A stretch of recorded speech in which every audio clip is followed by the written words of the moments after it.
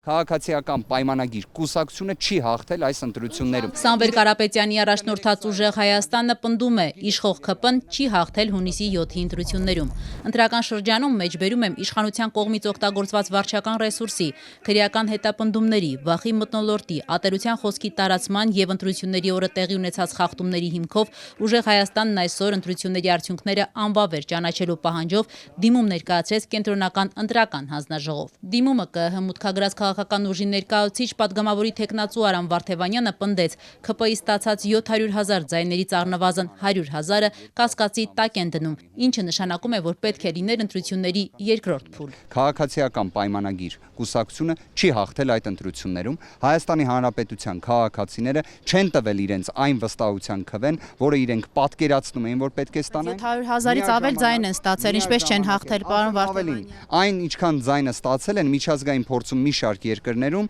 բավարար է լինելու արձանագրելու համար միայն մեկ հանգամանք, որ պետք է տեղի ունենա ընտրությունների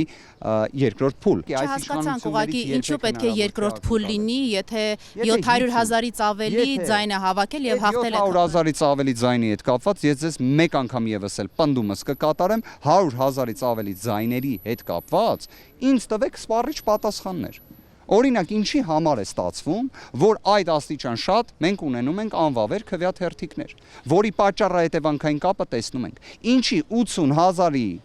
շուրջ 80,000 մեր հայրենակիցների անձնագրերը չեն աշխատում։ Սամվել Կարապետյանի թիմակից Արամ Վարդևանյանը նշում է, թե հիմնավոր կասկած ունի, որ այն տասնյակ հազարավոր քաղաքացիները, ում անձնագրերը քվեարկության ժամանակ համակարգը չի ճանաչել եւ նրանց գրանցումը ոչ թե համակարգով, այլ մասնագետների մուտքագրման եղանակով է իրականացվել, ընտրախախտումների հնարավորություն է տալիս։ Ընտրություններին մասնակցած մեր հայրենակիցներից 100,000-ի ձայները, 100,000 կլորացնում եմ գործընկերներ, ձայները ոչ թե անձնագրի պատշաճ կերպով աշխատանքի արդյունքում են ձևավորվել, այլ մասնագետի կողմից մուտքագրման եղանակով լրացնելու։ Սա արդյոք խնդիր է։ Այո, որովհետև կարգը այնպիսին է, որ անձնագիրը պետք է համապատասխան վերիֆիկացումը անցնելու պայմաններում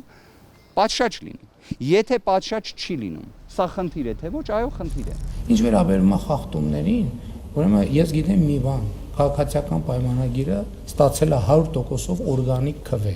Այն մյուս ուժերը ստացել են 100%-ով ընտրակաշառքով քվե։ Եթե Սամվել Կարապետյանի առաջնորդած ուժեղ Հայաստանը մեղադրում է Նիկոլ Փաշինյանին ընտրությունները կեղծելու մեջ, ապա իշխող ԿՊ-ն էլ պնդում է, եթե չլիներ ընտրակաշառքը, ապա ընդդիմադիր ուժերը ընդհանրապես անցողիկ շեմը չէին հաղթահարի։ Նախնական արդյունքներով իշխող ԿՊ-ն ստացել է 49.82, իսկ ուժեղ Հայաստանը 23.28% ձայն։ Խախտումներ, այո, եղել են, որոնք ազդել են ընտրությունների արդյունքների վրա, որովհետև այդ երեք ուժը ընտրությունների խորհրդան մտնելու շեմը պետքա չհաղթահարեն։ Նրանք չեն անցել շեմը, նրանք անցել են փողի շեմը։